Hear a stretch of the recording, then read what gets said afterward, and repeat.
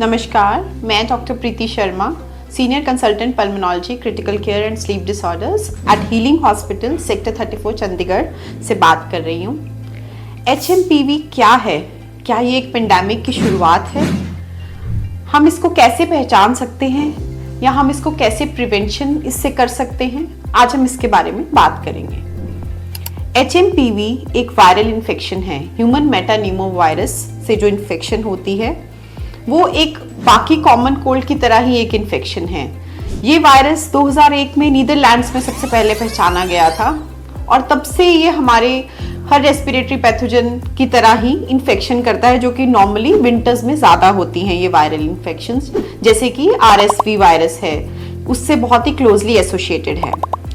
ये वायरस हमारे respiratory tract में किस किस को ज़्यादा इन्फेक्शन करता है?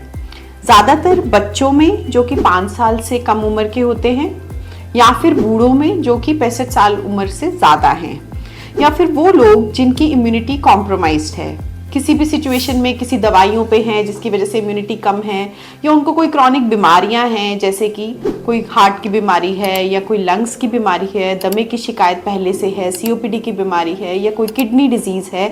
तो किसी भी तरह की अगर कोई क्रॉनिक कंडीशंस हैं तो उनमें हमारी इम्यूनिटी कम हो जाती है, तो ऐसे इंसानों को ये इन्फेक्शन होने के ज़्यादा चांसेस रहते हैं।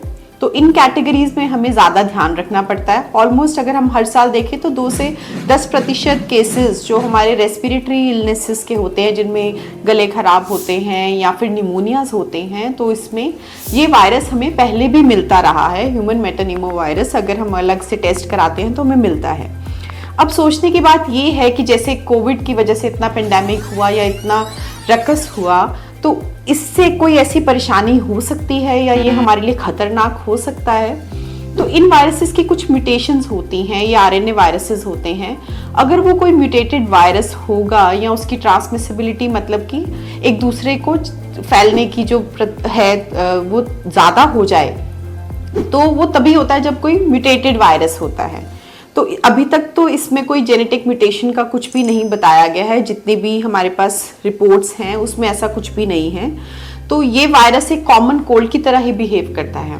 तो इसके फीचर्स क्या होते हैं कॉमन कोल्ड में? जैसे कि बुखार, जो कि तेज़ बुखार भी हो सकता है, सोर थ्रोट हो सकता है, आपका गला खराब होगा, आपका नाक बंद हो सकता है, जुकाम हो सकता है, हेडेक्स हो सकते हैं, शरीर में दर्द हो सकता है। जो भी एक कॉमन कोल्ड फ्लू इलनेस होती है उसी की तरह ये प्रेजेंट करता है। तो बच्चों में अगर खाना पीना कम हो जाता है, बच्चा लेजी है, तो वो हमें जल्दी पता चलता है कि बच्चा बीमार है। तो हम अगर टेस्टिंग के लिए लाते हैं तो हम इसकी टेस्टिंग कर सकते हैं। इन फीचर्स के हिसाब से अगर ये ज़्यादा बढ़ जाएं तो कभी कभी ये नीचे लंग्स तक भी चला जाता है, जिसको हम निमोनिया कहते हैं कि लंग की इन्फेक्शन हो गई है। उस समय ये सीरियस हो सकता है अगर बहुत ज़्यादा निमोनिया का लंग्स का इन्वॉल्वमेंट है, जिसमें ज़्यादा लोब्स लंग के इन्वॉल्व है, वो हमें रेडियोलॉजी से पता चलता है। तो उसमें हमें ध्यान देने की ज़रूरत है। ये सब फीचर्स देखते हुए अगर हम इन बच्चों को टेस्ट करते हैं तो हमारे पास कुछ स्वैब्स होती हैं जो कि हम गले से या नोज से ले सकते हैं, और जिसकी टेस्टिंग लैब्स में की जाती है और हमें पता चल जाता है कि आपको इस वायरस से इन्फेक्शन है। तो इसका ट्रीटमेंट क्या है? इसका सिम्टोमेटिक ट्रीटमेंट किया जाता है। अगर बुखार है तो बुखार के लिए दवा दी जाएगी, खांसी है, नोज ब्लॉक्ड है तो एक सिम्टोमेटिक ट्रीटमेंट होता है। कोई विशेष दवाई नहीं है जिसको हम दे सकते हैं कि हम इसको ट्रीट करें। तो सिम्टम्स के हिसाब से ही इसका ट्रीटमेंट होता है, और हमारे पास कोई ऐसी अभी इसके लिए स्पेशल वैक्सीन भी अवेलेबल नहीं है। तो इम्पॉर्टेंट ये है कि हम इसकी प्रिवेंशन कैसे कर सकते हैं कि हमें ये इन्फेक्शन ना हो। जिस तरह से बाकी सभी वायरसेस के लिए हमें प्रोटेक्शन रखनी होती है, जैसे कि वॉशिंग ऑफ हैंड्स, जो इम्पॉर्टेंट है कि या तो आप alcohol based hand rubs use करें या फिर सोप एंड वाटर से करें। हर कोई चीज़ करने से पहले, आप अपना खाना खाने से पहले या कहीं भी कुछ टच करते हैं तो washing of hands is very important. दूसरी चीज़ है कफ एटिकेट्स, जिसका मतलब है कि जब आप खांसी कर रहे हैं तो खुले में खांसे नहीं, या तो अपनी एल्बो यूज़ करें या फिर कुछ हैंडकरचीफ यूज़ करें या टिश्यू पेपर यूज़ करें, जिसको हम कफ एटिकेट कहते हैं। या फिर प्रिवेंशन के लिए और क्या कर सकते हैं? अपनी इम्यूनिटी पे ध्यान दें। खाना पीना एक बैलेंस्ड डाइट रखें जिसमें फ्रूट्स वेजिटेबल्स की मात्रा ज़्यादा हो, ताकि हमें इस तरह की इन्फेक्शंस ना हों। खूब सारा पानी पिएं, अपने आप को हाइड्रेटेड रखें। तो जो प्रिवेंटिव मेजर्स बेसिकली हम किसी भी वायरल इलनेस के लिए लेते हैं वही हमें इसके लिए लेनी है ताकि हम इससे बच सकें। अगर आप किसी क्राउडेड जगह पे जा रहे हैं तो आपको मास्क लगाना ज़रूरी है।